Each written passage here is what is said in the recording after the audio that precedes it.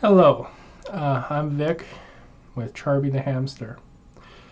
As many of you who have followed the channel may know, my hamster Charby ended up developing a breathing issue, which essentially, as the vet explained to me, was something like they have a flap in their neck that regulates their breathing, so either in their neck or their nasal passage. He developed a second one of these flaps that essentially cut off his air, so he was completely unable to breathe through his nose. When he was awake, he had to extremely struggle to get these breaths out. And when he slept, he breathed through his mouth exclusively.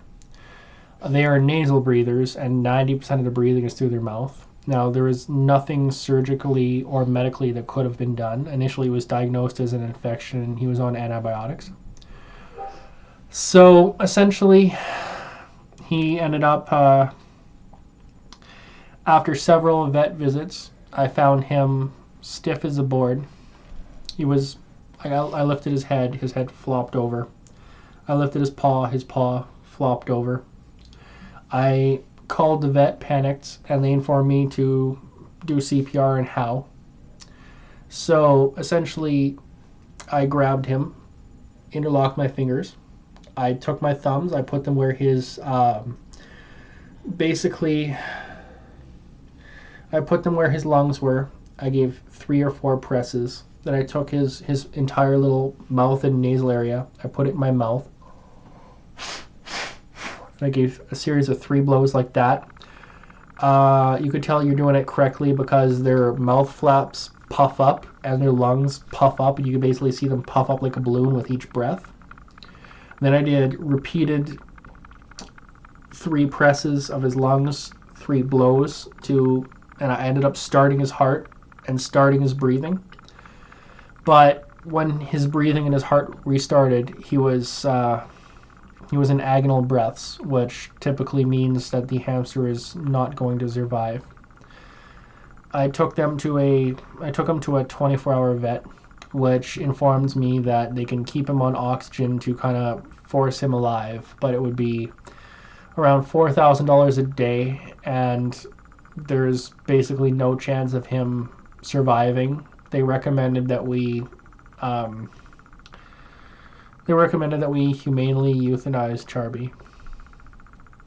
So they put a needle in him in the back, and then they brought him out to the waiting room where me and my wife were. And essentially he passed away when they stuck the needle in him. They then brought his little body out to us in the waiting room. As soon as me and my wife both had our hands out like this, where our hands were together, and they put them in our hands, and as soon as he was put in our hands, he took a very wide breath, which scared me, my wife, and the nurse, because, she checked his heart rate and everything. He was gone. The second he touched me in my wife's hands, he came back to life. Took 1 or 2 very painful looking agonal breaths, and then it looked like his eyes clouded over, and you could tell he passed, and his mouth stopped moving. You could tell he passed away. Then in our grief, me and my wife, we went to a pet store just to look at the hamsters as a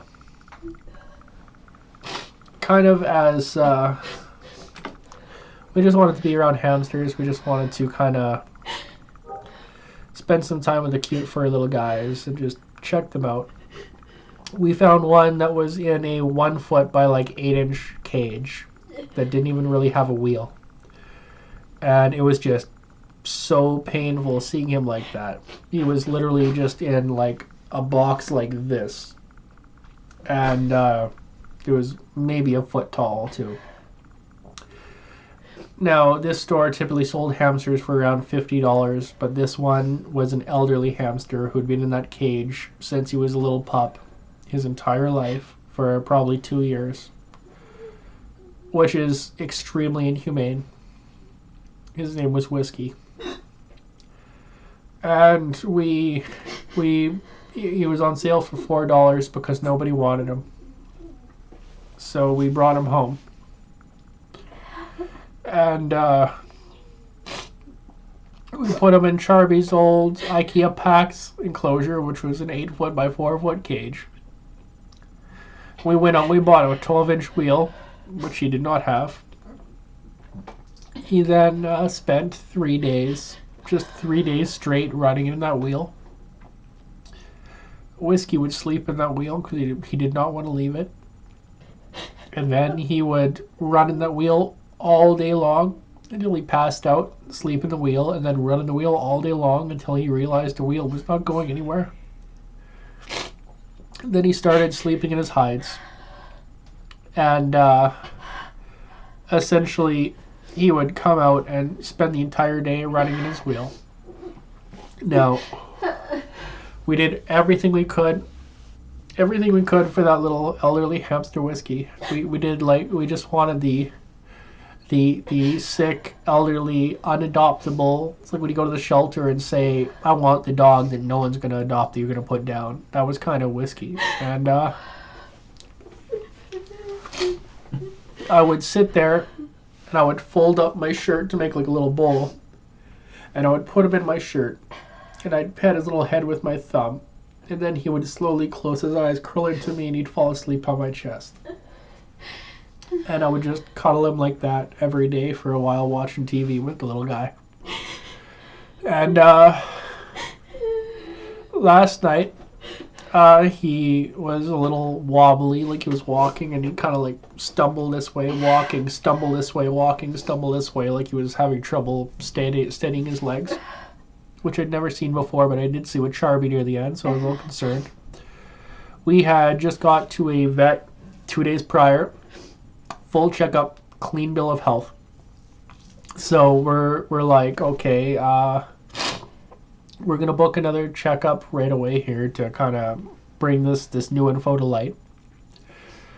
And when I woke up at around 5 in the morning, I picked him up. I told him I love him.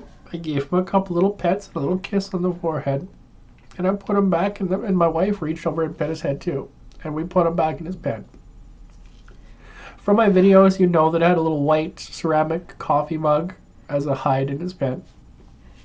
Instead of going into his cabin, either the Jack Daniels tin or the 6 or 4 room hide, he went into the ceramic cup, face first, so his butt was sticking out. And he took a nap in the cup because it was nice and cool in there. And I got a call from my wife at around noon that the little guy was hard as a rock and he passed away in that cup when I was at work. So I just want to take a minute to first off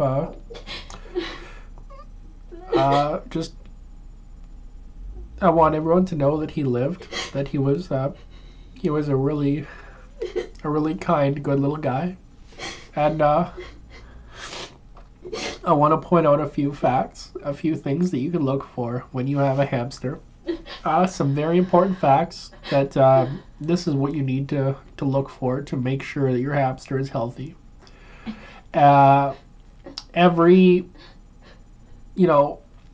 Check, the first thing is to check the food and water intake.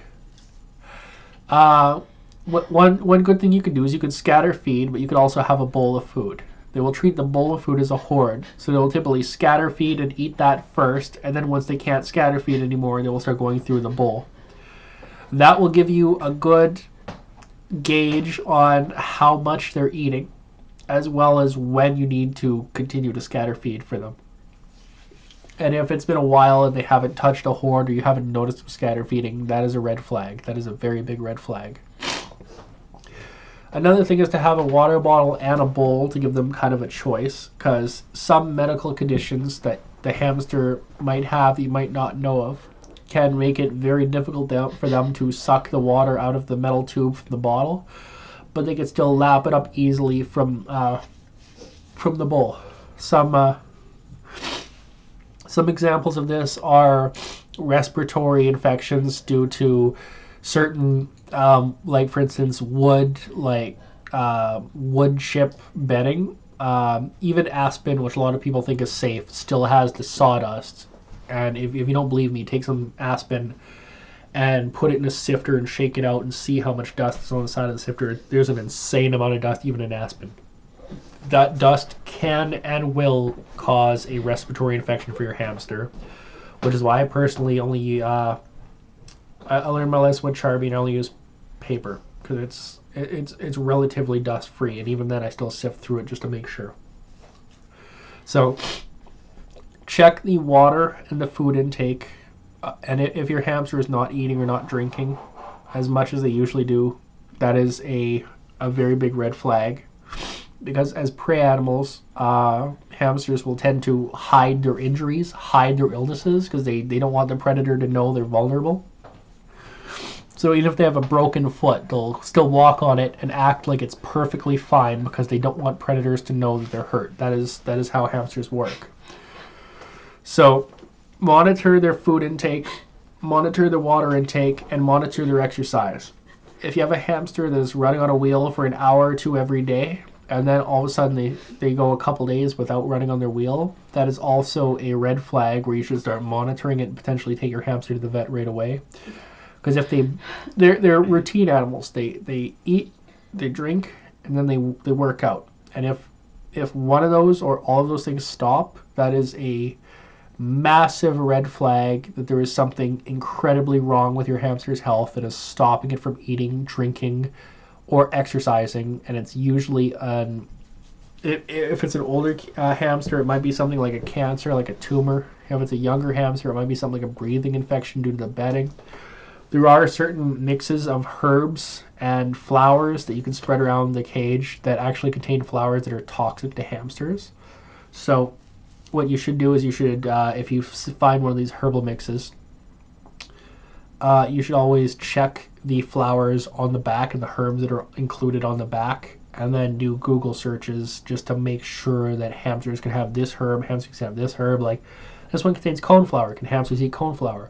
This one contains rose hips. Can hamsters eat rose hips? And go on throughout the whole list just to make sure that there isn't surprisingly something toxic. There have been certain Night Angel products, I believe it was, that had certain herbs that were somewhat toxic to hamsters that were just included. So I believe the brand was Night Angel. I am not 100% sure. I noticed it in passing. But please do your due diligence and your research when feeding any type of food or supplementary product, or like buying kits of sprays on Etsy. Make sure that there's no pesticide in it, anything like that. Certain things like that can just destroy your hamster's insides, and because they're prey animals, they will hide that. You will not be able to know until it is far too late. Another thing is the wobble walking. If they're kind of walking like this through the bottom of the cage, and they're kind of waddling, and it looks like they're about to like trip and fall, and like on their little hamster knees or something, that's a good indication that there's a severe cognitive or potentially organ related issue that needs to be like drive them to the vet that minute. Don't wait the next day and see. Just take them to the vet. I've seen that twice, and both those hamsters passed away very quickly. So if it looks like they have bad balance and they're kind of wobbling when they're just walking through like the average like bedding, that's a huge red flag. Another one is probably one of the worst things you can see your hamster doing, which is called agonal breathing. Agonal breathing is basically when the hamster opens his mouth extremely wide, takes a slight breath, and then opens it wide again, and takes a slight breath and opens it wide again, and it looks like they're taking extremely deep breaths, like kind of thing, like something like that. That is your hamster is not likely to live much longer when this happens. That is usually at the end of their life cycle. Typically, hamsters can live a year and a half to 3 years, maybe a little bit longer. And when you adopt a hamster, they can be anywhere from 3 months to 2 years old, depending on the size and how long they sit there. So be aware that just a checkup for a hamster can be $150. That any decent cage is going to be at least $200. That you're going to be spending probably every 3 months $30 on food, and every 3 months probably 80, $100 on bedding. You need to have a $300 to $500 kind of vet and emergency fund for a hamster. They are not like a goldfish. They're not like a cheap, get it, throw it away pet. They have feeling, they have personality, they bleed, they feel fear, they feel love.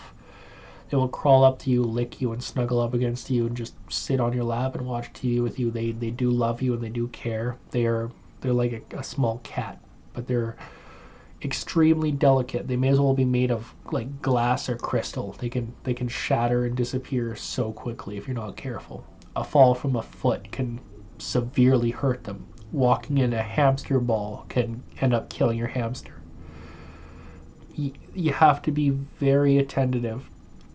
And if you notice any of these things, then every couple hours to every day, you need to pull them out of their shelter. You need to pick them up upside down, and you need to look at their mouth, make sure they're not doing agonal breathing. Look at their eyes, make sure it has proper color, make sure that their underbelly doesn't have any wet feces or plugged feces stuck in their butt, which could be a symptom of wet tail, which is a very serious hamster illness. Any hair loss anywhere in their body or any small little black mites can be extremely dangerous for your hamster's life. They will pass on very quickly if any of these things are present. You have to be extremely careful. The other thing that I can tell you, the proper method, if I can get the hamster stuffy here, I will show you in a second here. The proper method for giving medication to a hamster. Typically a vet will give you a small syringe, and the syringe will have a little red marker, a little piece of tape that'll say, okay, 0.5 milligrams. So you grab the hamster around its body like this, like you're doing a peace sign, right? Like you're doing a peace sign. And then you take your 2 fingers like a backpack straps, and you go over to hold the hamster in place. Now you want to be very gentle. You don't want to crush the hamster. You just want to gently but firmly hold it. You want to slightly tilt it back, not lay it down, but you just want to slightly tilt the hamster back. You take the syringe, you put it just in the tip of its mouth, and then you slowly depress the syringe while holding the hamster for the most part upright, very slowly, so they have a chance to drink the usually liquid medication without choking. So that is how you administer medication to a hamster, usually through an oral syringe. That is how you give and then you go blow, blow, blow. That is how you give first aid to a hamster. Basically, you always want to hold them and just check their eyes, check their mouth, check their areas for any loss of hair, check for any missing or wet or dried plugged in feces, which can be a very serious issue. These are, or if the hamster's walking and they're kind of doing this a little bit while they're walking through their cage and it looks like they have bad balance, these are very important things to look for. And if you notice any of these things, or they're not eating as much, not drinking as much, or not working out as much, please take them to the vet. Don't just go, it's a $10 pet, I can buy another one. You are all they have. They feel fear, they feel pain, they feel happiness, they feel love. You are literally God to them. You literally hold their tiny little life in your hands. And if you do not take to the vet, they are almost guaranteed to die. I know they are very small, they're very cheap and easily replaceable, but they do love you. I have lost 2 already, and it's like losing a flesh and blood child. It hurts me. I am very empathetic and loving of all living creatures. So please be aware that these are some things that you need to check into and you need to pay close attention to when you have a hamster. Please have the finances to get at least a 4-foot by 3-foot cage, bare minimum. It should be at least 100 square inches, but ideally much bigger than that. There are some very good cages. If you look on Amazon, I cannot remember. Let's see if I can find the maker of these cages on Amazon here. But there are makers that make very good wooden cages for around $200 with free shipping. And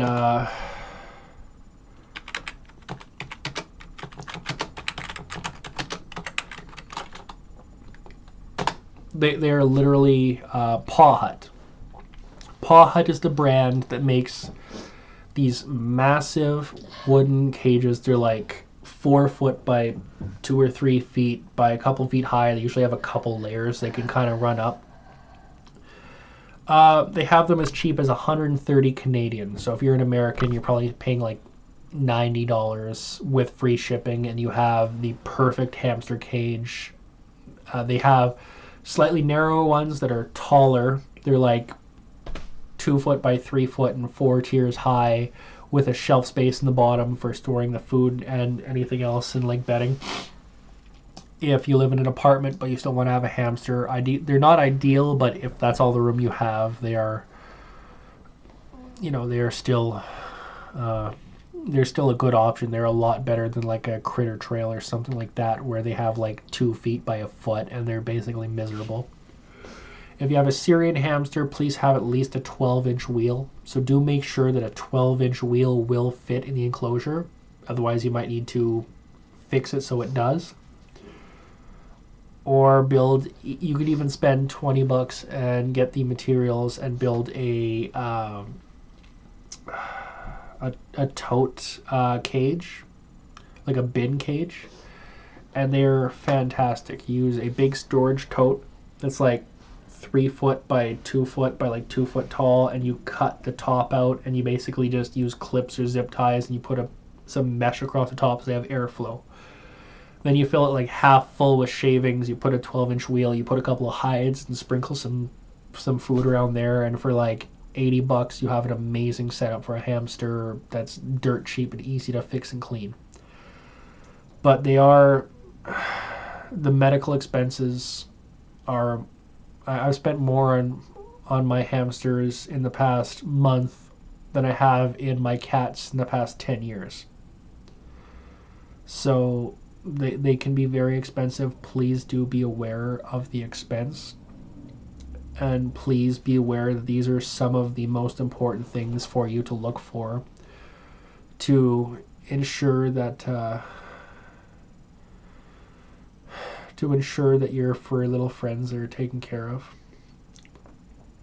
Now, for the second hamster that I have been using a local company where I live. It's called Water to Sky. As opposed to cremation, they use a system of water with certain chemicals, I believe it is. And it basically softly and gently cremates as opposed to just burning them to ash. And you get more of your pet to take home using the series that they call aquamation. So it's completely done by water. You actually get more ashes for your pet as opposed to like a tiny little bit. You have like a decent sized little box of your loved pet's ashes, and it is fairly affordable. And that is what I did with Charby, and I have his display with some little foam impression paw prints, and I have him in a little wooden box with his picture on it. It was very affordable, and this might be a service available where you live as well.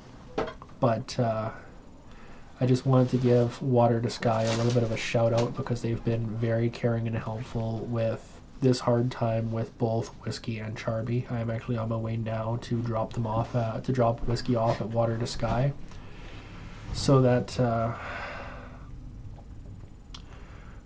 little man can be put off the way he deserves to be.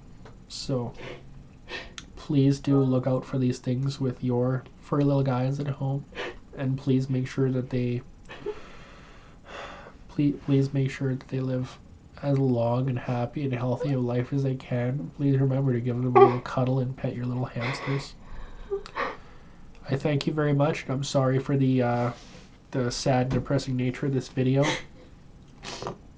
After losing 2 hamsters myself, I felt this needed to be said to hopefully prevent the same heartache to somebody else. So I thank you all very much. Love you all very much for supporting the channel and for following for health, safety, and wellness tips for hamsters, Charby the hamster. Until next time, we love you all so much. Please do like and subscribe. It means a lot to us. And we will never sell you anything. We'll just give you free tips to help you out. Thank you, and have a good day.